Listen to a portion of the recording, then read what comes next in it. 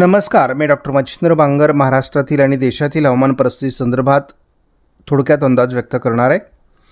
आपण बघतो की सध्या भारतामध्ये पावसाची उघडीप आहे, परंतु उंचीवरचे ढग भारताच्या उपग्रह छायाचित्रामध्ये दाखवले जात आहेत.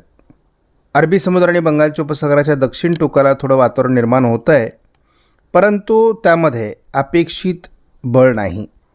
आपण बघतो की मध्य प्रदेश, गुजरात या मार्गे थोडं वातावरण सरकण्याची शक्यता दाखवण्यात आली आहे.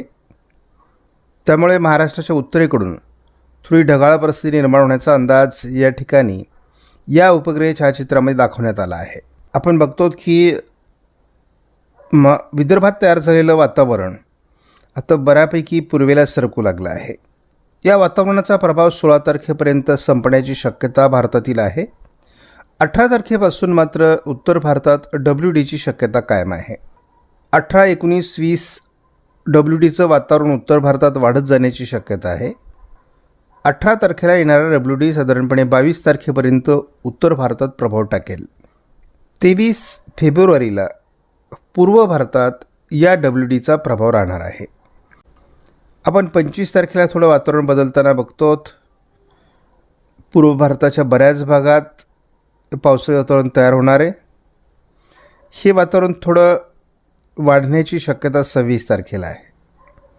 27 तारखेला विदर्भापर्यंत त्याचा परिणाम होण्याची शक्यता आहे. आपण या मॉडेलनुसार ECMWF मॉडेलचाच अंदाज बघतो. सध्या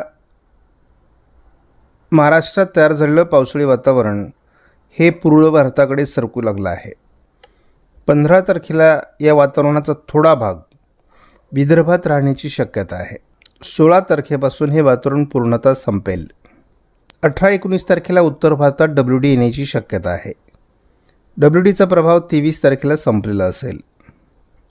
JFS मॉडेल विदर्भात पुन्हा एकदा पावसाची स्थिती 28-29च्या दरम्यान दाखवत आहे. आपण बघतो की दक्षिण भारतामध्ये आणि पूर्व भारतामध्ये पावसाळी परिस्थिती निर्माण होणार असून या दोन्हीमध्ये बंगालच्या उपसागराच्या किनारपट्टी भागातून ट्रफलाईन तयार होणार आहे, ज्यामुळे पावसाळी परिस्थिती भारतात तयार होऊ शकते.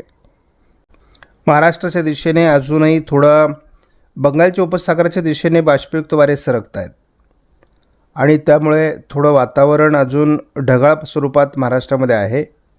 साधारण वर्धा जिल्ह्यामध्ये 15 तारखेला म्हणजे उद्या थोडं वातावरण निर्मिती होण्याची शक्यता या मॉडेलने दाखवली आहे. बाकी महाराष्ट्रात कुठे पावसाची परिस्थिती आता राहणार नाही. याच दरम्यान गोंदिया जिल्ह्याच्या पूर्वेला देखील थोडं वातावरण उद्या असण्याची शक्यता आहे. महाराष्ट्रात अधूनमधून ढगाळ परिस्थिती राहण्याची शक्यता आहे. जवळपास 15 तारखेपासून 23 तारखेपर्यंत महाराष्ट्रात कुठल्याही पावसाची शक्यता नाही.